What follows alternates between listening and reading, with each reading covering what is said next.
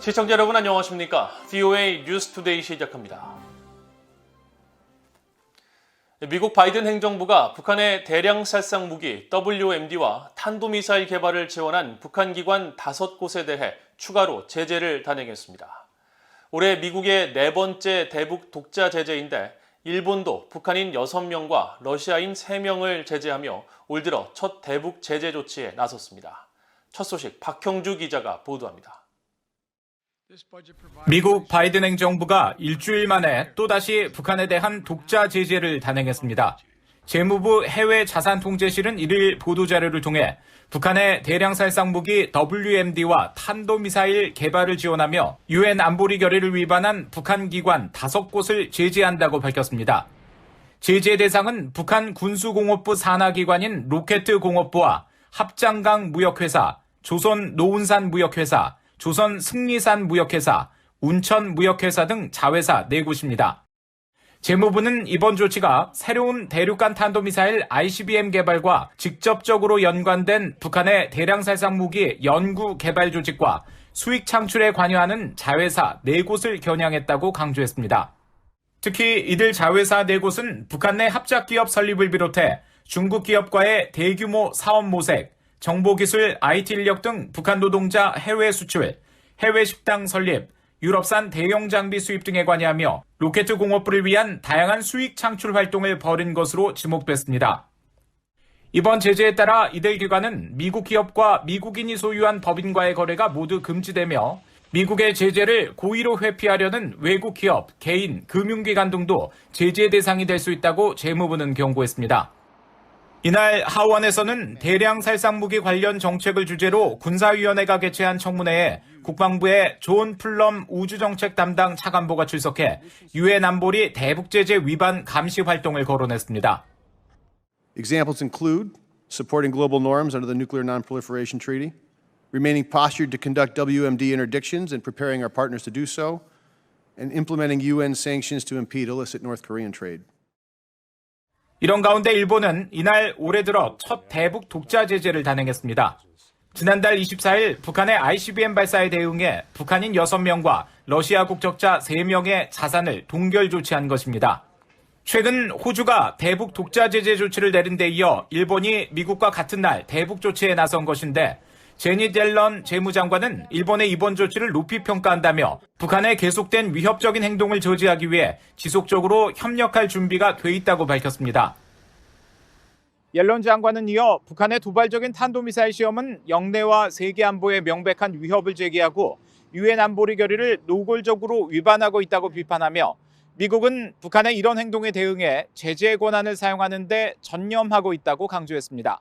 VOA 뉴스 박형주입니다. 북한이 핵과 탄도미사일 개발과 기술 역량 진전을 지속적으로 추구해왔으며 국제사회의 대북 제재를 회피하기 위해 정교한 수법을 악용하고 있다고 UN 안보리 대북제재위원회 전문가 패널이 지적했습니다. UN 안보리 산하 대북제재위원회는 1일 이 같은 내용이 담긴 연례 보고서를 공개하고 북한이 영변 원자로 재가동과 평산 우라늄 광산 활동 징후는 물론 여러 핵시설 보수 등을 통해 핵과 ICBM 관련 기술 역량 진전을 지속적으로 추구해왔다고 지적했습니다. 이어 북한이 여러 계기를 통해 신형 무기를 공개하고 지난해 후반부터 여러 차례 미사일 시험 발사를 단행했으며 미사일 관련 기술 역량 제고를 위한 노력도 진행해왔다고 밝혔습니다. 북한은 또 대량 살상 무기 개발에 전용될 수 있는 부품과 기술 획득을 위해 노력해왔으며 국제사회의 대북 제재를 회피해 이 같은 불법 행위를 이어가기 위해 불법 해상 환적 등 선박 정보 세탁과 암호화폐 해킹 등을 악용하고 있는 것으로 평가했습니다.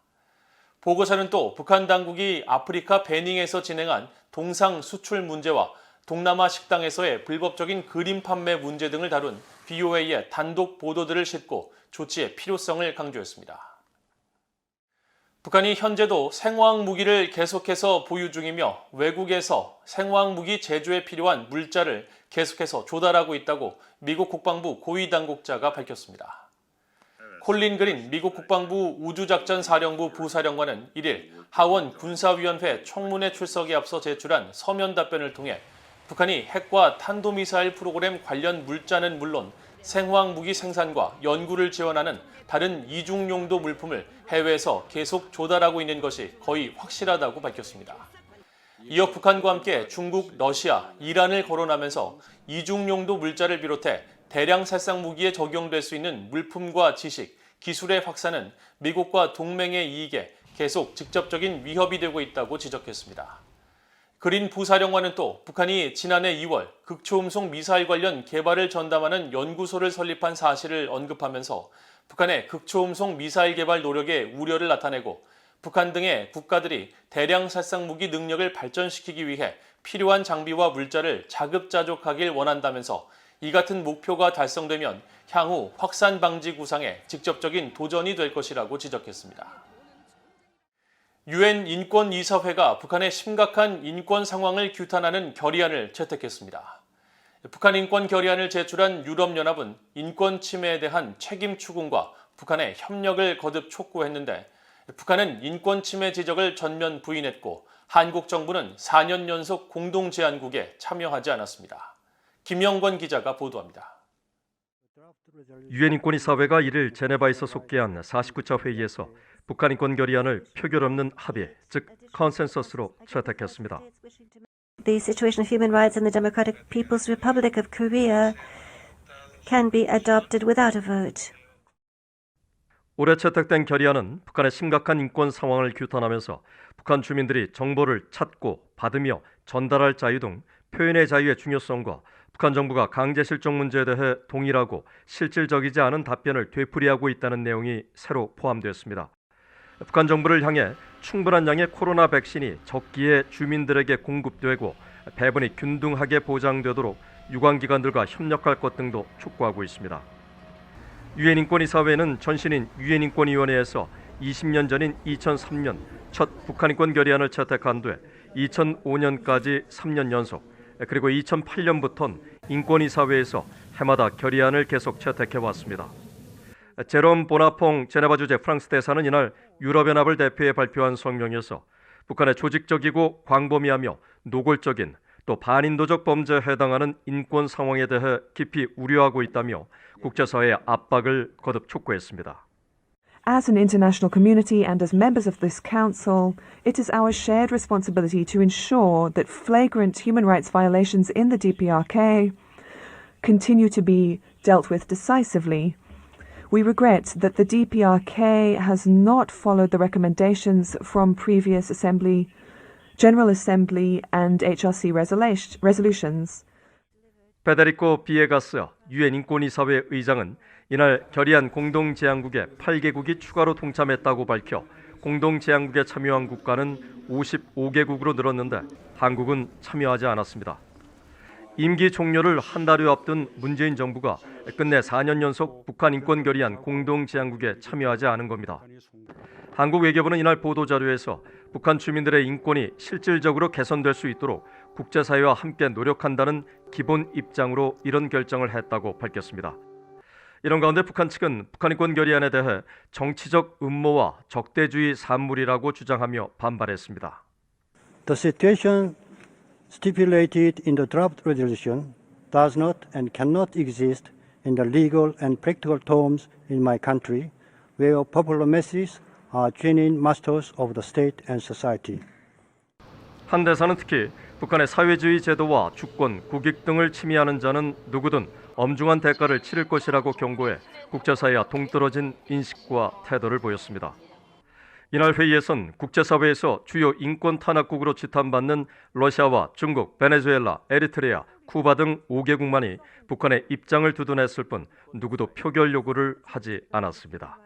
BA 뉴스 김영권입니다. 미국 내 인권단체와 인권 전문가들은 임기를 한 달여 남겨둔 한국의 문재인 정부가 이번에도 유엔의 북한 인권 결의안 공동 제안국에 참여하지 않은 데 대해 유감을 표했습니다. 국제인권감시단체인 휴먼라이츠워치의 존 시프턴 아시아 국장은 1일 한국 정부가 4년째 공동 제안국에서 빠진 데 대한 VOA의 논평 요청에 유엔 회원국들이 북한의 인권 문제를 조명하기 위해 마련한 이사회에서 한국 정부가 대북 압박의 우선순위를 변경하지 못한 데 대해 실망했다고 밝혔습니다.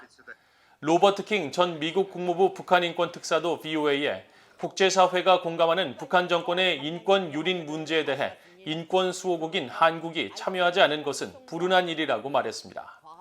그레그 스칼라튜 북한 인권위원회 사무총장도 문재인 정부는 남북관계 개선을 이유로 유엔 인권이사회 등 국제 무대에서 북한 인권 문제를 소극적으로 다뤘지만 북한은 올해 들어 미사일 12번을 쏘아 올리고 대륙간 탄도미사일 실험을 재개하는 등 일련의 행태를 보였다면서 이는 문재인 정부의 유화 정책이 성공하지 못했다는 것을 보여준다고 지적했습니다.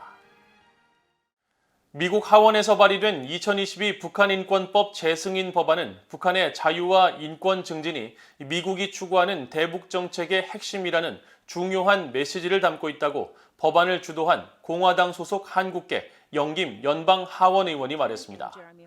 영김 의원은 1일 VOA와의 인터뷰에서 이 법안이 진실한 정보 캠페인을 통해 북한 주민들 스스로 북한의 변화를 주도할 역량 강화와 취약계층에 대한 투명한 인도적 지원의 필요성, 북한 인권 특사의 조속한 임명 등 다양한 지원을 담고 있다며 이같이 강조했습니다.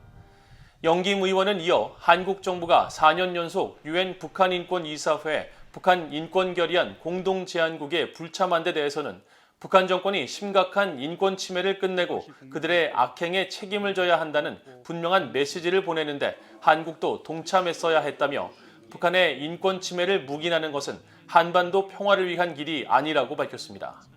또 미국 의회에서는 문재인 정부가 적극 지지한 한반도 평화법안에 반대하는 견해가 훨씬 많다면서 현재 우크라이나 사태는 일방적인 종전선언이 북한에 얼마나 잘못된 메시지를 보낼 수 있는지를 보여준다고 밝히고 다음 달 출범할 윤석열 새 정부는 북한 인권을 중시하며 미한 동맹을 더욱 강화하기를 기대한다고 말했습니다. 이상으로 VOA 뉴스투데이를 모두 마칩니다. 시청해주신 여러분 고맙습니다.